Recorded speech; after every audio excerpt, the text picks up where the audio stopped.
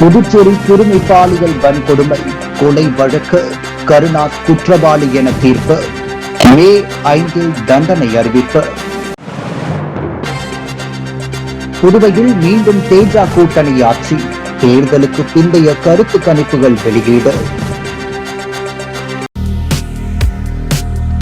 புதுச்சேரியில் கடந்த 2024ஆம் ஆண்டு பாலியல் வன்கொடுமைக்கு உட்படுத்தப்பட்டு கொலை செய்யப்பட்ட 9 வயது சிறுமி வழக்கில் குற்றம் சாட்டப்பட்ட இளைஞர் கருணாஸ் குற்றவாளி என நீதிமன்றம் தீர்ப்பளித்தது.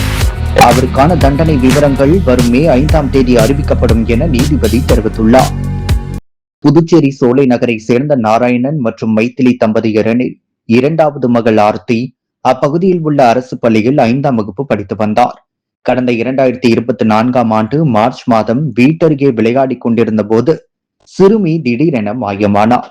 இதையடுத்து பெற்றோர் அளித்த புகாரின் பேரில் முத்தியால்பேட்டை காவல்துறையினர் குழந்தை மாயம் மற்றும் கடத்தல் பிரிவுகளில் வழக்கல் பதிவு செய்து விசாரணை மேற்கொண்டனர். 5 தனிப்படைகள் அமைக்கப்பட்டு சிசிடிவி காட்சிகள் ஆய்வு செய்யப்பட்டன. இதற்கிடையில் சிறுமி கை கால்கள் கட்டப்பட்டு வேஷ்டியில் சுற்றப்பட்ட நிலையில் அப்பகுதி வாய்க்காலில் சடலமாக மீட்கப்பட்டார். இது பெரும் அதிர்ச்சியை ஏற்படுத்தியது. தொடர்ந்து மேற்கொள்ளப்பட்ட விசாரணையில் அதே பகுதியை சேர்ந்த விவேகானந்தன் மற்றும் கருணாஸ் ஆகியோர் கைது செய்யப்பட்டனர். விசாரணையில் கருணாஸ் சிறுமிக்கு ஐஸ்கிரீம் வாங்கி தருவதாக கூறி விவேகானந்தன் வீட்டிற்கு அழைத்து சென்றதும் அங்கு பாலியல் வன்கொடுமை முயற்சி நடைபெற்ற போது சிறுமி உயிரிழந்ததும் தெரியவந்தது.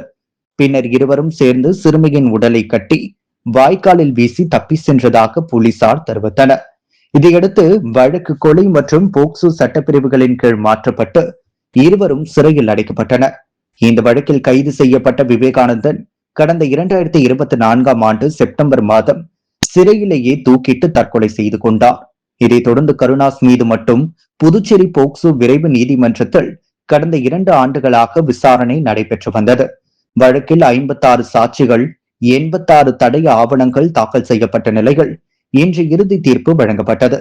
பலத்த போலீஸ் பாதுகாப்புடன் நீதிமன்றத்திற்கு அழைத்து வரப்பட்ட கருணாஸ் மீது விசாரணை நடைபெற்றது. பின்னர் நீதிபதி சுமதி கருணாஸ் குற்றவாளி என அறிவித்து தண்டனை விவரங்களை வரும் மே 5ஆம் தேதி அறிவிப்பதாக தெரிவித்தார். இந்த வழக்கில் அரசு தரப்பில் ஆஜரான வழக்கறிஞர் பச்சையப்பன் குற்றவாளிக்கு அதிகபட்ச தண்டனையாக மரண தண்டனை வழங்க வேண்டும் என நீதிமன்றத்தில் வலியுறுத்தினார். புதுச்சேரியில் மீண்டும் தேசிய ஜனநாயக கூட்டணி ஆட்சியை தக்க வைக்கும் வாய்ப்பு அதிகம் என கருத்து கணிப்புகளின்படி தெரிவிக்கப்பட்டுள்ளது. புதுவை சட்டமன்ற தேர்தலுக்கான வாக்குப்பதிவு கடந்த 9ஆம் தேதி அமைதியான முறையில் நடைபெற்றது. புதுவையுடன் தமிழ்நாடு, கேரளா, மேற்கு வங்கம் மற்றும் அஸ்ஸாம் உள்ளிட்ட மாநிலங்களிலும் தேர்தல் நடைபெற்றது. மேற்கு வங்காளத்தில் இறுதிக்கட்ட வாக்குப்பதிவு நேற்று நடைபெற்றதை தொடர்ந்து தேர்தலுக்கு பிந்தைய கருத்து கணிப்புகளை வெளியிட தேர்தல் ஆணையம் விதித்திருந்த தடை நீக்கப்பட்டது. இதைத் தொடர்ந்து பல்வேறு ஆய்வு நிறுவனங்கள் வெளியிட்ட கருத்து கணிப்புகள் அரசியல் வட்டாரத்தில் பெரும் கவனத்தை ஈர்த்துள்ளன. அதன்படி புதுச்சேரியில் மீண்டும் தேசிய ஜனநாயக கூட்டணி ஆட்சியை தக்க வைக்கும் வாய்ப்பு அதிகம் என தெரிவிக்கப்பட்டுள்ளது. கருத்து கணிப்புகளின்படி என்ஆர் காங்கிரஸ் பாஜக கூட்டணி 15 முதல் 25 தொகுதிகள் வரை வெற்றி பெறும் என மதிப்பிடப்பட்டுள்ளது. தற்போதைய அரசுக்கு ஆதரவான சூழ்நிலை நிலவுவதாகவும் கூட்டணி வலுவான நிலையில் இருப்பதாகவும் ஆய்வுகள் சுட்டிக்காட்டுகின்றன. மற்றொரு புறம் காங்கிரஸ் தலைமையிலான கூட்டணி சுமார் 6 இடங்கள் மட்டுமே பெறும் என கணிக்கப்பட்டுள்ளது. மக்கள் மனநிலையில் பெரிய மாற்றம் இல்லை என்றும் ஆளும் கூட்டணிக்கு எதிரான அலை தென்படவில்லை என்றும் கூறப்படுகிறது. இதனுடன் நடிகர் விஜய் தலைமையிலான தமிழக வெற்றி கழகம் புதுச்சேரி தேர்தலில் கணிசமான தாக்கத்தை ஏற்படுத்தாது என்றும் கருத்து கணிப்புகள் தெரிவித்துள்ளன. சில பகுதிகளில் வாக்குப்பிரிப்பை உருவாக்கும் அளவுக்கு மட்டுமே அதன் தாக்கம் இருக்கும் என்றும் தேஜா கூட்டணியில் வெற்றிக்கு அது பெரிய அச்சுறுத்தலாக அமையாது என்றும் மதிப்பிடப்பட்டுள்ளது. ஆக்சிஸ் மை இந்தியா, பீப்ளிஸ் பல்ஸ், பிரஜாபோல் உள்ளிட்ட அமைப்புகள் வெளியிட்ட கணிப்புகளும் தேசிய ஜனநாயக கூட்டணிக்கே சாதகமாக உள்ளன. இந்நிலையில் அதிகாரப்பூர்வ முடிவுகள் மே 4ஆம் தேதி வாக்கு எண்ணிக்கைக்கு பின் வெளியாக உள்ளதால் கருத்து கணிப்புகள் நனவாகுமா என்பது குறித்து அரசியல் கட்சிகளும் பொதுமக்களும் ஆவலுடன் காத்திருக்கின்றனர். புதுச்சேரியில் இன்சூரன்ஸ் மற்றும் லைசன்ஸ் இல்லாமல் இயக்கப்பட்டதாக கூறப்படும் இருசக்கர வாகனம் தனது ஆட்டோவில் மோதியதால் விபத்து ஏற்பட்டதாகவும் அதனால் வருமான இழப்பு மற்றும் மன உளைச்சல் ஏற்பட்டதாகவும் கூறி ஆட்டோ ஓட்டுநர் ஒருவர் போக்குவரத்து எஸ்பியிடம் புகார் அளித்துள்ளார். புதுச்சேரி காலாப்பட்டு சுனாமி குடியிருப்பை சேர்ந்த ஆட்டோ ஓட்டுநர் வெங்கடேச பெருமாள் கிழக்கு பகுதி போக்குவரத்து எஸ்பி மற்றும் மோட்டார் வாகன ஆய்வாளருக்கு அனுப்பியுள்ள மனுவில் தான் PY01BW2257 என்ற பதிவு எண்ணுடைய அபி பயணியர் ஆட்டோவை வாடகைக்கு ஓட்டி வருகிறேன். கடந்த 23ஆம் தேதி காலை சுமார் 10 மணியளவில் காலாப்பட்டு சுனாமி குடியிருப்பிலிருந்து புவனேஸ்வரி மற்றும் கங்காதேவி ஆகிய இருவரை சவாரியாக ஏற்றுக்கொண்டு உப்பளம் நோக்கி செஞ்சி சாலை வழியாக தெற்கு திசையில் சென்று கொண்டிருந்தேன். அப்போது லலிதுல்லாதாஸ் வீதி சந்திப்பு அருகே மேற்கிலிருந்து கிழக்கு நோக்கி PY01BV9466 என்ற பதிவு எண்ணுடைய TVS ஸ்டெப் இருசக்கர வாகனத்தில் வந்த 2 பெண்கள் குறுக்கு சாலை வழியாக வேகமாக வந்து தனது ஆட்டோவில் வலது பக்க நடுப்பகுதியில் மோதினர். இந்த விபத்தில் இருசக்கர வாகனத்தில் வந்த இருவரும் கீழே விழுந்து காயமடைந்தனர். ஆட்டோவில் இருந்த பயணிகளும் நிலை தடுமாறி கீழே விழுந்தனர். உடனடியாக அங்கிருந்தவர்களின் உதவியுடன் காயமடைந்த இருவரையும் தனது ஆட்டோவில் ஏற்றி புதுச்சேரி அரசு மருத்துவமனைக்கு சிகிச்சைக்காக அனுப்பியதாக தெரிவித்துள்ளார். சிறிது நேரத்தில் சம்பவ இடத்திற்கு வந்த போக்குவரத்து போலீசார் ஆட்டோவும் இருசக்கர வாகனத்தையும் காவல் நிலையத்துக்கு கொண்டு சென்றனர். பின்னர் இருசக்கர வாகனத்தில் வந்த நித்யாஸ்ரீ என்பவரின் தந்தை ஐயனார் மருத்துவமனைக்கு வந்து தனது மகளுக்கு லைசன்ஸ் இல்லை, வாகனத்திற்கு இன்சூரன்ஸும் இல்லை என்று தெரிவித்ததாகவும் மருத்துவ உதவி கிடைக்க ஒத்துழைப்பு கேட்டதால் மனிதாபிமான அடிப்படையில் உதவியதாகவும் வெங்கடேச பெருமாள் கூறியுள்ளார். ஆனால் பின்னர் தாம் வேகமாகவும் அஜாக்கிரதையாகவும் ஆட்டோ ஓட்டி விபத்து ஏற்படுத்தியதாக எதிர்மறை புகார் அளிக்கப்பட்டுள்ளதாகவும் அவர் குற்றம் சாட்டியுள்ளார். மேலும் விபத்து நடந்த விதம், எந்த வாகனம் எவ்விதத்தில் வந்தது, எந்த பகுதி சேதமடைந்தது, யார் யார் மீது மோதினர் என்பன குறித்து துல்லியமாக விசாரணை நடத்த வேண்டும் என்றும் ஆட்டோவில் பயணம் செய்த புவனேஸ்வரி மற்றும் கங்காதேவி ஆகியோரிடமும் விசாரணை நடத்த வேண்டும் என்றும் அவர் கூறியுள்ளார். இந்த விபத்தில் தனது ஆட்டோ சேதமடைந்த பகுதிகள் குறித்து மொபைல் போனில் வீடியோ பதிவு செய்திருப்பதாகவும் தேவைப்பட்டால் அதை சான்றாக வழங்க தயாராக இருப்பதாகவும் தெரிவித்துள்ளார். சம்பவத்திற்கு பிறகு தனது ஆட்டோவை 23ஆம் தேதி முதல் 28ஆம் தேதி வரை காவல் நிலையத்தில் வைத்திருந்ததால் 5 நாட்கள் வருமான இழப்பு ஏற்பட்டதாகவும் 5000 ரூபாய் கேட்டு பின்னர் பேரம் பேசி 1000 ரூபாய் பெற்றுக் கொண்டதாகவும் கைரேகை எடுத்து தன்னை குற்றவாளி போல் நடத்தி மன உளைச்சல் ஏற்படுத்தியதாகவும் அந்த மனுவில் குறிப்பிட்டுள்ளார். எனவே சம்பந்தப்பட்டவர்களிடம் இருந்து தனக்கு ஏற்பட்ட சேதத்திற்கான இழப்பீடு பெற்றுத்தரவும் சம்பவத்தில் முழுமையான விசாரணை நடத்தவும் நடவடிக்கை எடுக்க வேண்டும் என அவர் அதிகாரிகளிடம் கோரிக்கை விடுத்துள்ளார். புதுவை பல்கலைக்கழக சமுதாய கல்லூரி ஆண்டு விளையாட்டு விழா கொண்டாட்டம் நடைபெற்றது. புதுவை பல்கலைக்கழக சமுதாய கல்லூரியின் உடற்கல்வி மற்றும் யோகா துறை சார்பில் 2025-26ஆம் ஆண்டிற்கான விளையாட்டு விழா நடத்தப்பட்டது. 250க்கும் மேற்பட்ட மாணவர்கள் பரிசுகளை பெற்றனர். யோகா ஒருங்கிணைப்பாளர் முருகேசன் வரவேற்றார். துறை தலைவர் ஜெகதீஸ்வரி ஆண்டு விளையாட்டு அறிக்கையை வாசித்தார். இந்நிகழ்வின் சிறப்பம்சமாக உடற்கல்வி மற்றும் விளையாட்டு பட்டப்படிப்பு மாணவர்கள் மற்ற துறைகளுக்கான அனைத்து போட்டிகளையும் ஒழுங்குபடுத்தினர். கல்லூரி பொறுப்பு முதல்வர் லலிதா ராமகிருஷ்ணன் தலைமை உரையாற்ற முதன்மை விருந்தினராக கலாச்சாரம் மற்றும் கலாச்சார உறவுகள் இயக்குநர் நடராஜன் கலந்து கொண்டு சிறப்புரையாற்றினார். சிறப்பு விருந்தினராக புதுச்சேரி பல்கலைக்கழக நிதி அலுவலர் கிருஷ்ணமூர்த்தி கலந்து கொண்டு பல்வேறு விளையாட்டுப் போட்டிகளில் வெற்றி பெற்ற மாணவர்களுக்கு பதக்கங்கள், கோப்பைகள் மற்றும் சான்றிதழ்கள் வழங்கினார். புதுச்சேரி மாநில RLB மக்கள் முன்னேற்ற கழகத்தின் மாநில தலைவர் RL வெங்கட்ராமன் மேதின வாழ்த்து தெரிவித்துள்ளார். RLB மக்கள் முன்னேற்ற கழகத்தின் மாநில தலைவர் RL வெங்கட்ராமன் வெளியிட்டுள்ள செய்திக்குறிப்பில், உழைப்பாளிகளின் உன்னதமான உழைப்பையும் உழைப்புக்கேற்ற ஊதியமும் உழைப்பாளிகள் ஒற்றுமையுடன் செயல்பட்டதால் கிடைத்த நன்மைகளையும் உலகுக்கு பறைசாற்றும் உன்னதமான தினம்தான் மே 1 உழைப்பாளர்கள் தினமாக கொண்டாடப்படுகிறது. இந்த நேரத்தில் தொழிலாளர்களின் நலனுக்காகவும் உரிமைக்காகவும் குரல் கொடுத்து வந்த பொது உடைமை கட்சி தலைவர் சிந்தனை சிற்பி சிங்காரவேலரை நினைவு கூற நாம் அனைவரும் கடமைப்பட்டுள்ளோம். முதலில் இந்தியாவில் சென்னையில் நடந்த தொழிலாளர் நல கூட்டத்தில் தீர்மானமாக நிறைவேற்றி 1923ஆம் ஆண்டு மே மாதம் 1ஆம் தேதி உழைப்பாளர்கள் தினமாக அறிவித்து கொண்டாடி மகிழ்ந்தனர். இது உழைக்கும் வர்க்கத்தின் ஒற்றுமை மற்றும் உரிமைகளின் அடையாளமாக திகழ்கிறது. இந்த நாள் தொழிலாளர்களின் சமூக மற்றும் பொருளாதார வளர்ச்சியை கொண்டாடும் நாளாக விளங்குகிறது. இப்படிப்பட்ட உன்னதமான தொழிலாளர்கள் இல்லை என்றால் யார் வீட்டிலும் அடுப்பு கூட எரிய யோசனை செய்யும். ஆகவேதான் அனைத்து பிரிவினரும் மே 1 தொழிலாளர் தினத்தை சிறப்பாக அரசின் விதிமுறையோடு கொண்டாடி வருகின்றனர். இப்படிப்பட்ட உன்னத உழைப்பாளிகளுக்கு RLB மக்கள் முன்னேற்ற கழகத்தின் சார்பாக உழைக்கும் தொழிலாளர்கள் அனைவருக்கும் மே தின வாழ்த்துக்களை தெரிவித்துக் கொள்கிறேன் என கூறியுள்ளார். புதுச்சேரி ராக் பொறியியல் மற்றும் தொழில்நுட்ப கல்லூரிகள் ராக்கோபெஸ்ட் 2026 ஆண்டு விழா மிகுந்த உற்சாகத்துடனும் கோலாகலமாகவும் நடைபெற்றது.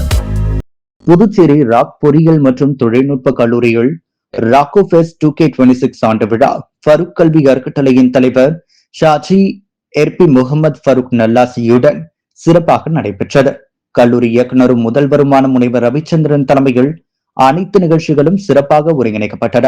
விழாவில் கல்லூரியின் பல்வேறு துறை தலைவர்கள், பொறுப்பு அலுவலர்கள் கலந்து கொண்டு மாணவர்களை உற்சாகப்படுத்தினர்.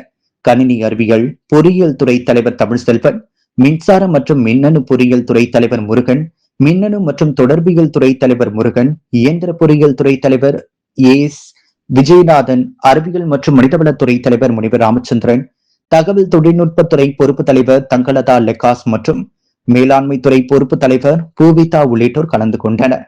விழாவில் சிறப்பு விருந்தினர்களாக ஜி தமிழ் தொலைக்காட்சியின் சரிகமபா சீசன் 3 இறுதிப் போட்டியாளர் அக்ஷய் சிவகுமார் மற்றும் விஜய் டிவியின் பக்தி சூப்பர் சிங்கர் பட்டம் பெற்ற ஷவன் நாராயணன் ஆகியோர் கலந்து கொண்டு மாணவர்களுடன் கலந்துரையாடி வாழ்த்துக்களை தெரிவித்தனர். விழாவில் முக்கிய நிகழ்வாக கல்வியில் சிறந்து விளங்கிய மாணவர்களுக்கு அகாடமிக் எக்ஸலன்ஸ் விருதுகள் வழங்கப்பட்டன. தங்கள் பாடங்களில் மாணவர்கள் 100% தேர்ச்சி பெற செய்த ஆசிரியர்களும் பாராட்டப்பட்டு விருதுகள் வழங்கப்பட்டது. அதேபோல் கல்லூரியில் நடைபெற்ற விளையாட்டு தின போட்டிகளில் தடகளம், கிரிக்கெட், வாலிபால் உள்ளிட்ட பல்வேறு போட்டிகளில் சிறந்து விளங்கிய மாணவ அணிகளுக்கு பரிசுகள் மற்றும் ஓவரால் சாம்பியன்ஷிப் டிராபி வழங்கப்பட்டது. ஆண்டு விழாவை முன்னிட்டு மாணவர்கள் பல்வேறு கலை நிகழ்ச்சிகளில் ஆர்வமுடன் பங்கேற்றனர். இசை நிகழ்ச்சிகள், நடனங்கள், கலாச்சார நிகழ்வுகள் என கல்லூரி வளாகம் முழுவதும் கொண்டாட்ட சூழல் நிலவியது. மாணவர்கள் மற்றும் ஆசிரியர்கள் இசை நிகழ்ச்சிகளை ரசித்து உற்சாகமாக கலந்து கொண்டனர். இதைத் தொடர்ந்து தமிழ் பாரம்பரியத்தை பிரதிபலிக்கும் சிலம்பம் உள்ளிட்ட பாரம்பரிய கலை நிகழ்ச்சிகளையும் மாணவர்கள் திறமையாக நிகழ்த்தினர். இந்நிகழ்வுகளை ஆசிரியர்கள், மாணவர்கள் இணைந்து கண்டு ரசித்து மகிழ்ச்சியான தருணங்களை பகிர்ந்து கொண்டனர். மொத்தத்தில் ராக்கோபெஸ்ட் 2026 ஆண்டு விழா மாணவர்களின் திறமை வெளிப்படுத்தியதோடு கல்வி மற்றும் கலாச்சார ஒருமைப்பாட்டை வெளிப்படுத்திய சிறப்பான நிகழ்வாக அமைந்தது. இந்திய தேர்தல் ஆணையத்தின் வழிகாட்டுதல் படி வாக்கு எண்ணிக்கை நடவடிக்கைகள் முழுமையாக வெளிப்படைத்தன்மையுடன் பாதுகாப்பாகவும் ஒழுங்குமுறையுடனும் நடைபெறும் என தலைமை தேர்தல் அதிகாரி ஜவஹர் உறுதியளித்தார். புதுச்சேரி பிராந்தியத்தில் உள்ள வாக்கு எண்ணிக்கை மையங்களை தலைமை தேர்தல் அதிகாரி ஜவஹர் நேரில் ஆய்வு செய்து நடைபெற்று வரும் முன்னேற்பாடுகளை பரிசீலித்தார். அவருடன் மாவட்ட தேர்தல் அதிகாரி குலோத்துங்கன், மூத்த காவல் கண்காணிப்பாளர் கலைவாணன், கூடுதல் ஆட்சியர் சுதாகர் மற்றும் துணை தலைமை தேர்தல் அதிகாரிகள் தில்லைவேல், கந்தசாமி உள்ளிட்டோர் கலந்து கொண்டனர். இந்த ஆய்வின் போது வாக்கு எண்ணிக்கை நடைபெறும் அரங்குகள், பாதுகாப்பு ஏற்பாடுகள், ஊடகங்களுக்கான வசதிகள், தகவல் தொடர்பு அமைப்புகள் மற்றும் பிற அடிப்படை வசதிகள் குறித்து விரிவாக மதிப்பாய்வு செய்யப்பட்டது. வாக்கு எண்ணிக்கை நாளில் எந்தவித இடையூறும் ஏற்படாத வகையில் தேவையான அனைத்து முன்னெச்சரிக்கை நடவடிக்கைகளும் மேற்கொள்ளப்பட்டுள்ளதாக அதிகாரிகள் தெரிவித்தனர். பின்னர் செய்தியாளர்களிடம் பேசிய தலைமை தேர்தல் அதிகாரி ஜவஹர், இந்திய தேர்தல் ஆணையத்தின் வழிகாட்டுதல் படி வாக்கு எண்ணிக்கை நடவடிக்கைகள் முழுமையான வெளிப்படைத்தன்மையுடன் பாதுகாப்பாகவும் ஒழுங்குமுறையுடனும் நடைபெறும் என உறுதியளித்தார்.